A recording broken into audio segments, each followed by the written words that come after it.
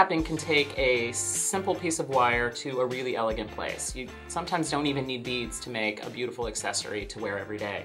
In this case, I'm using sterling silver wire to create this simple but stylish spiral ring, and I'll show you how. To get started, you need 14 gauge sterling silver wire. I'm gonna leave it on this coil, that way I don't waste any, because it is more of an expensive wire than like your standard craft grade wire. And I'll show you how to use that. It's pretty simple. You're gonna need a ring mandrel.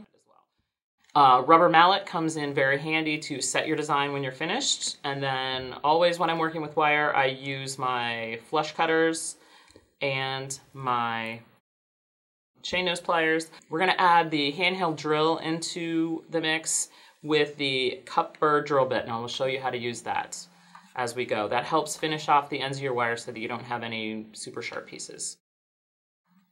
Okay, so basically what you want to do is figure out how big you want to make your ring. In this case, I'm going to make this a size 7 ring. When you're doing a wire wrapped ring, I find that it's helpful to start on your mandrel a little bit higher than you actually want the finished ring to be. So if I want a size 7, I'm going to actually start wrapping at around a 5, believe it or not, because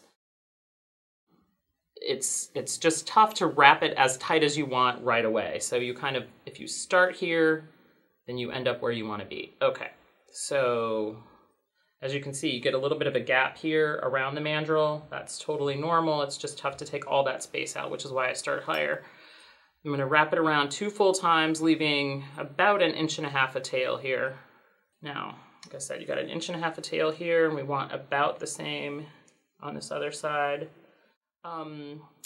These wire cutters have 2 different edges. If you look here, this is a sort of an angled edge that will give you an angled point if you want to cut that way. Typically what you do is you want to use this straight point. It's called the flush cut side, so that you have less to file down later. So you make sure you're about at the same size, make your cut, and I'll show you what this looks like at the end. See, you can see this size is nice and flat because we use the flush cut edge.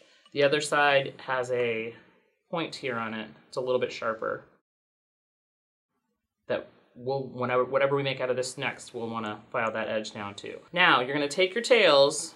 This is probably the trickiest part of the whole process. You're going to take your tails here, and just in a smooth motion, you're going to kind of wrap them. I'll show you here so you can see what you're doing again. Slide that on there. Okay, see here, you're making this center of the spiral here. You're going to want to wrap these guys around each other. But so right now we're focusing on this center point here, and we want to close as much of that up as we can. Okay, see, as we're bending that around, we're really closing that gap, and it's coming to a nice point here. Hold that in place. I'm going to kind of bend. I'm using half hard wire, which means that it's not the 100% easiest wire to bend. That would be a dead soft.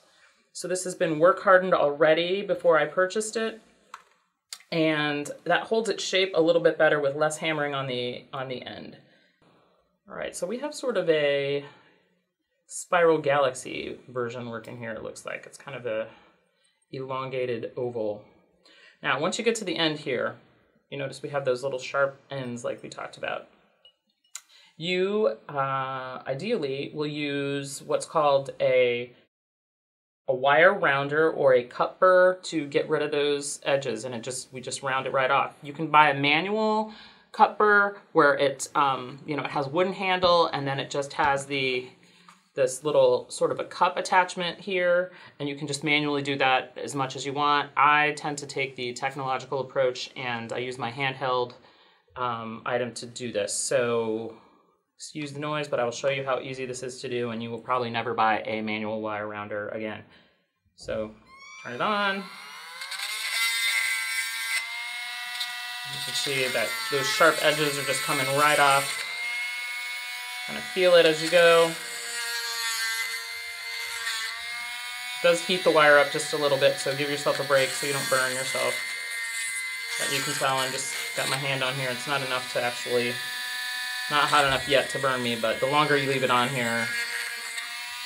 Okay, see, so you got a nice shiny tip on that. We're going to tuck that in and hide it anyway. Basically, all you want to do is not poke yourself. It doesn't so much matter what it looks like. You just don't want it to be sharp. Okay, let's see. All right.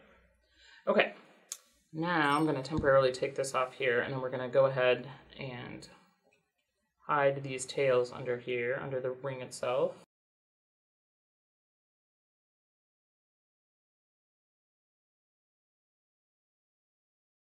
Bend it under here, out of the way, now that it's not sharp. Yes, it might be slightly marred, but it gives you a nice finish there. Okay, then to finish this all up, once your guys are tucked in, I'm gonna put this back on the mandrel, and then you're just gonna hammer it a little bit to get your final finish here. Whoops. Flatten them out a little bit. Tighten these pieces back up here. All right, not too bad. It looks very much like our first one. A little bit smaller, a little bit more delicate, but I think a pretty good representation of what you can do with a really simple sterling silver wire, a little bit of time, and some elbow grease. So make your own today.